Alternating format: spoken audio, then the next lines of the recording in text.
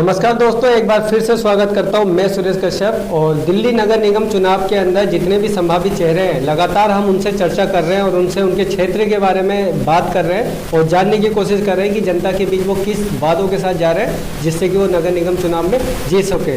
तो आज हमारे साथ झड़ौदा वार्ड 8 के एक समाज सेवक है जो इस बार चुनावी रण में जरूर कूदेंगे। किस दल से ये अपनी दावेदारी प्रस्तुत करेंगे या निर्दलीय इनका चुनाव लड़ने का इरादा है, तो आइए बात करते हैं केशव सिंह चौहान से, जो कि एक समाज सेवक के रूप में झड़ौदा वार्ड में सक्रिय है।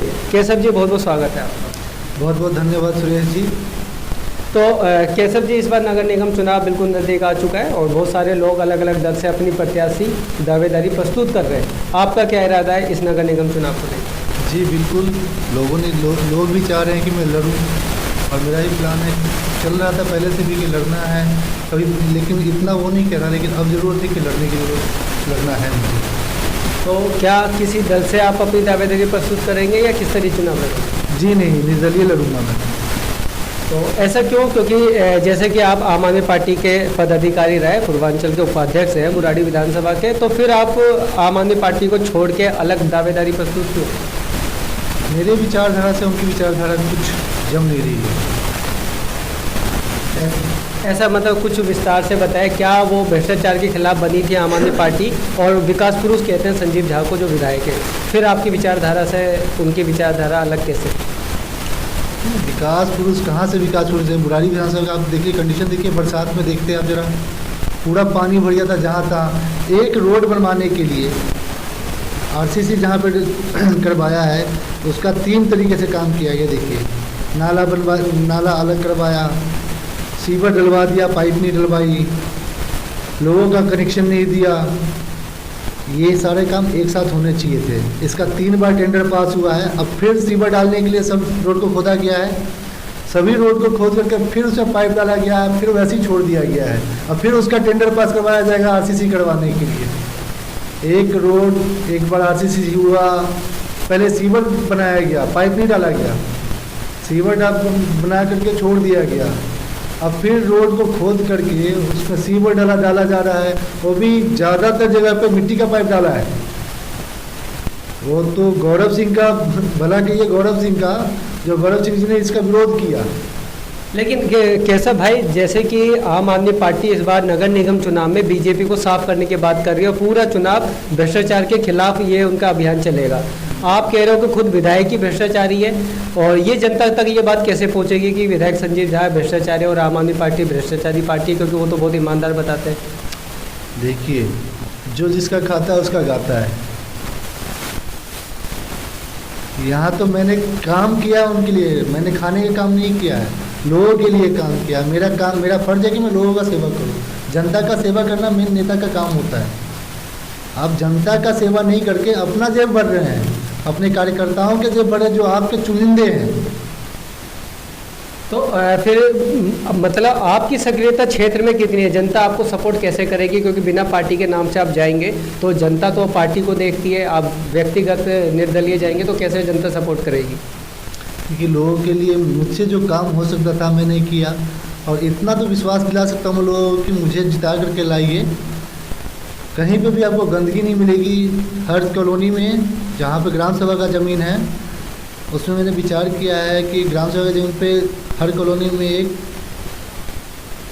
विवाह भवन बनवाया जाए, बच्चों के लिए, छोटे बच्चों के लिए खेलने के लिए एक पार्क बनवाया जाए, बुजुर्ग जो नहीं चल सकते ज़्यादा दूर तक उनके लिए पार्क बनवाया जाए, और छोटे छोटे बच्चे जो अनपढ़ बच्चे हैं वहाँ पे उस विवाह भवन में ही फंक्शंस हमेशा नहीं होते हैं, सीजनल होता है, बाकी दिन पे एक नॉर्मल टीचर रख करके उन सबको कुछ ना कुछ एजुकेशन प्रोवाइड करवाया जाए।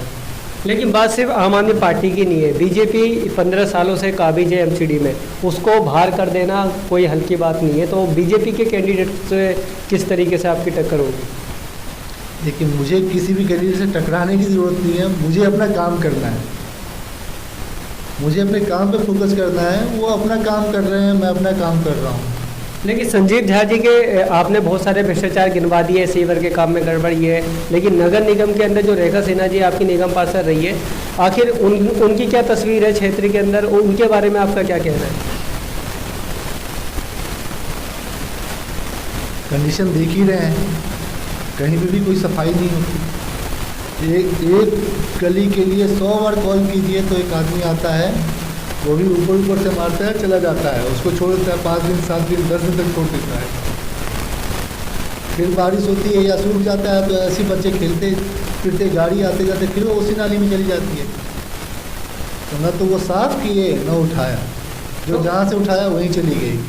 तो लगातार आपको गौरव सिंह के साथ देखा जाता है, जो सामाजिक संघर्ष मोर्चा के अध्यक्ष है। गौरव सिंह लगातार आवाज़ उठाते रहते हैं भ्रष्टाचार पे, लेकिन कहीं ना कहीं उनके बारे में आम आदमी पार्टी के लोग तरह तरह की अफवाहें बोलते हैं और गलत तरीके के शब्दों का इस्तेमाल करते हैं। तो आपको क्या लगता है कि गौरव सिंह से आम आदमी पार्टी की जो है ये तकरार, ये किस तरीके की है?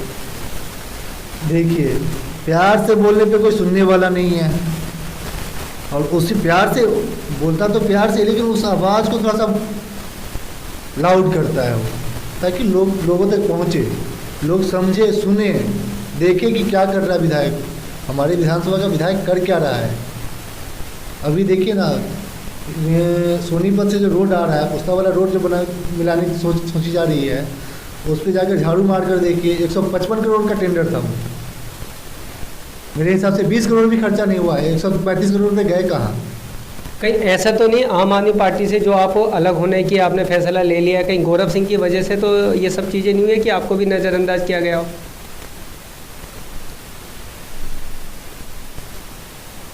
वो उसका अपना उन लोगों का अपना सोच है। मैं गौरव सिंह के साथ हूँ क्योंकि गौरव सिंह सच्चाई को लेकर चल रहा है।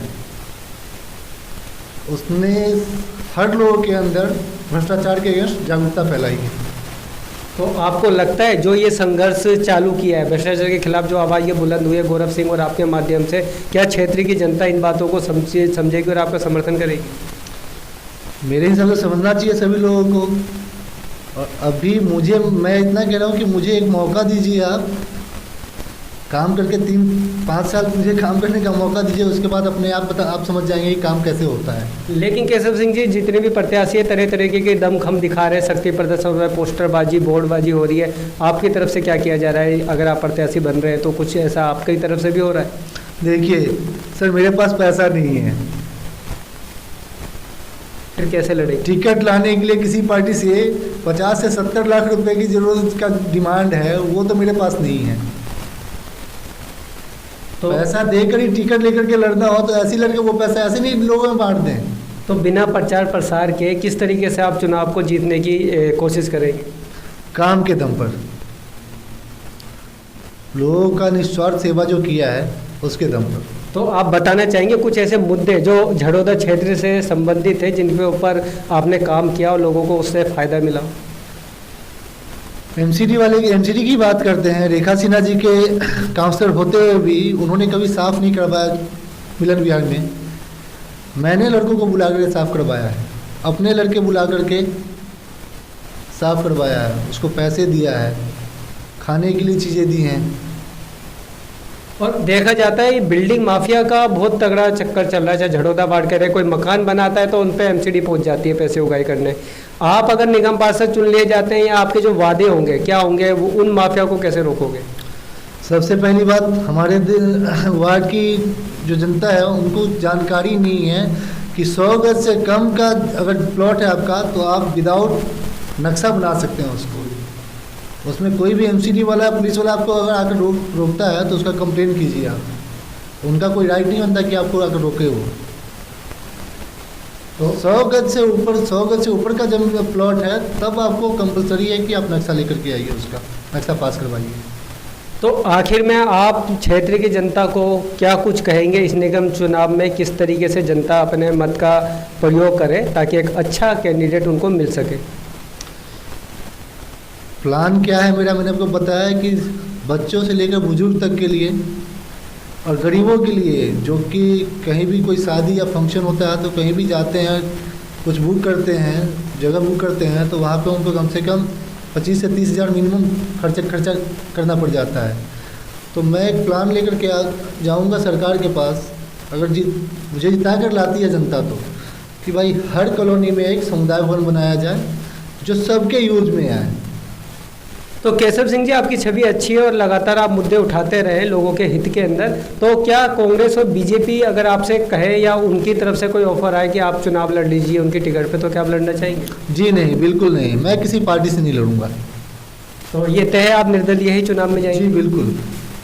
जी, तो जैसे कि केशव सिंह चौहान जी है जिन्होंने साफ तौर पे कह दिया कि झड़ौदा वार्ड 8 से ये निर्दलीय चुनाव के अंदर जाएंगे और क्षेत्र की जनता इनको इसलिए चुनेगी कि लगातार इन्होंने लोगों के लिए काम किया है, लोगों की मदद करी है, साफ सफाई के काम करवाएं और भी भ्रष्टाचार के जितने भी मामले थे सब लोगों तक ये लेके आए। आगे भी लोगों के लिए काफ़ी काम करने का इनका इरादा है जैसे इन्होंने बताया। तो देखना होगा कि निगम चुनाव 2022 जो होगा ये तरह तरह के दलों के जो प्रत्याशी है वो आपके सामने होंगे, कुछ निर्दलीय भी होंगे जो सिर्फ क्षेत्र के लोगों के भरोसे ही इस बार चुनाव में उतरेंगे।